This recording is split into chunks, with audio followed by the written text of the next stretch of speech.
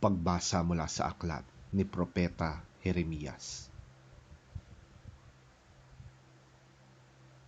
Sinasabi ni Yahweh, susumpain ko ang sinumang tumatalikod sa akin at nagtitiwala sa kanyang kapwa-tao. Sa lakas ng mga taong may hangganan ang buhay. Ang katulad niya'y halamang tumubo sa disyerto, sa lupang tuyo at maalat, na wala ibang tumutubo. Walang mabuting mangyayari sa kanya. Mapalad ang mga taong nagtitiwala kay Yahweh. Pagpapalain ang umaasa sa kanya. Katulad niya'y isang punong kahoy na nakatanim sa tabi ng batisan. Ang mga ugat ay patungo sa tubig. Hindi ito manganganib kahit dumating ang tag-init, sapagkat mananatiling luntian ang mga dahon nito. Kahit hindi umulan, ay wala itong aalalahanin. Patuloy pa rin itong mamumunga. Sino ang makakaunawa sa puso ng tao? Ito'y mandaraya at walang katulad. Wala ng lunas ang kanyang kabulukan. Akong si Yahweh ang sumisiyasat sa isip at sumasaliksik sa puso ng mga tao.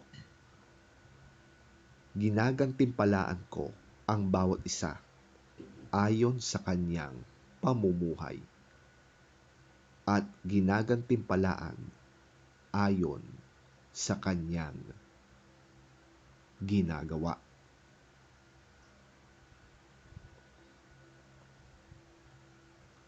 Ang salita ng Diyos. Salamat sa Diyos.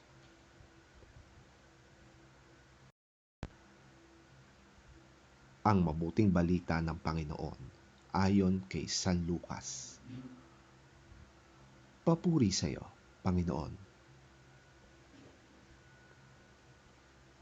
May isang mayamang laging nagdaramit ng mamahalin at saganang-sagana sa pagkain araw-araw.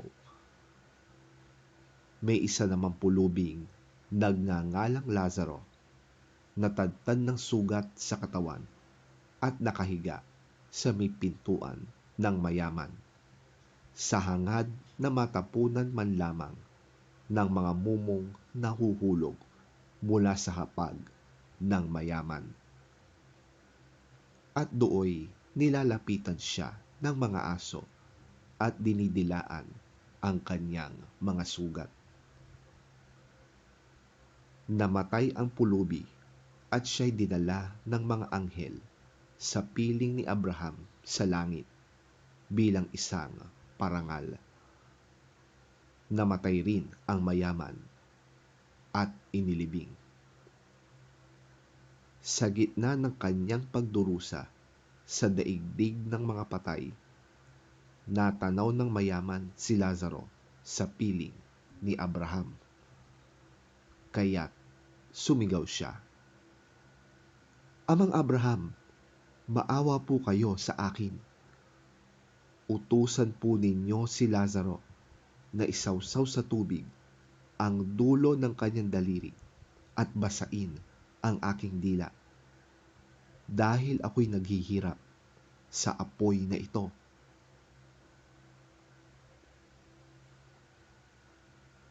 Ngunit sumagot si Abraham, "Anak, alalahanin mong nagpasasa ka sa buhay noong ikaw ay nasa lupa, at si Lazaro naman ay nagtiis ng kahirapan. Subalit ngayon ay maligaya siya rito, samantalang ikaw namay nagdurusa riyan. Bukod dito, may malaking bangin sa pagitan natin. kaya't ang mga naririto ay hindi makakapunta diyan at ang mga laliriyan ay hindi makakapunta rito. Ngunit sinabi ng mayaman, "Kung gayon po, Amang Abraham, ipinapakiusap ko pong papuntahin na lamang ninyo si Lazaro sa bahay ng aking ama, sa aking 5 kapatid na lalaki.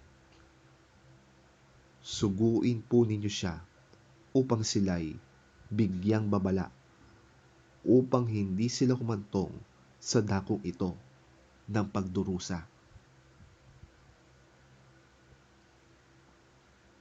Ngunit sinabi sa kanya ni Abraham, nasa kanila ang mga sinulat ni Moises at ng mga propeta. Iyon ang kanilang sundin. Sumagot ang mayaman, "Hindi po sapat ang mga yon. Ngunit kung magpapakita sa kanila ang isang patay na muling nabuhay, magsisisi sila't tatalikuran ang kanilang mga kasalanan." Sinabi naman sa kanya ni Abraham, kung ayaw nilang sundin ang mga sinulat ni Moises at ng mga propeta, hindi rin nila paniniwalaan kahit ang isang patay na muling nabuhay.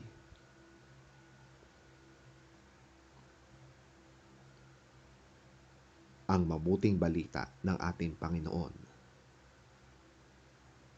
Pinupuri ka namin, Panginoong Hesukristo. There was a rich man who was dressed in purple and fine linen and lived in luxury every day. At his gate was laid a beggar named Lazarus, covered with sores and longing to eat what fell from the rich man's table. Even the dogs came and licked his sores. The time came when the beggar died, and the angels carried him to Abraham's side. The rich man also died and was buried. In Hades, where he was in torment, he looked up and saw Abraham far away, with Lazarus by his side. So he called to him, "Father Abraham, have pity on me, and send Lazarus to dip the tip of his finger in water and cool my tongue, because I am in agony in this fire." But Abraham replied, "Son, remember that in your lifetime you received your good things, while Lazarus received bad things. But now he is comforted here, and you are in agony. And besides all this, between us and you, a great chasm has been set in place, so that those who want to go from here to you cannot, nor can anyone cross over from there to us." He answered, "Then I beg you, Father, send Lazarus to my family, for I have 5 brothers. Let him warn them, so that they will not also come to this place of torment." Abraham replied, "They have Moses and the prophets. Let them listen to them." "No, Father Abraham," he said, "but if someone from the dead goes to them, they will repent." He said to him, "If they do not listen to Moses and the prophets, they will not be convinced, even if someone rises from the dead."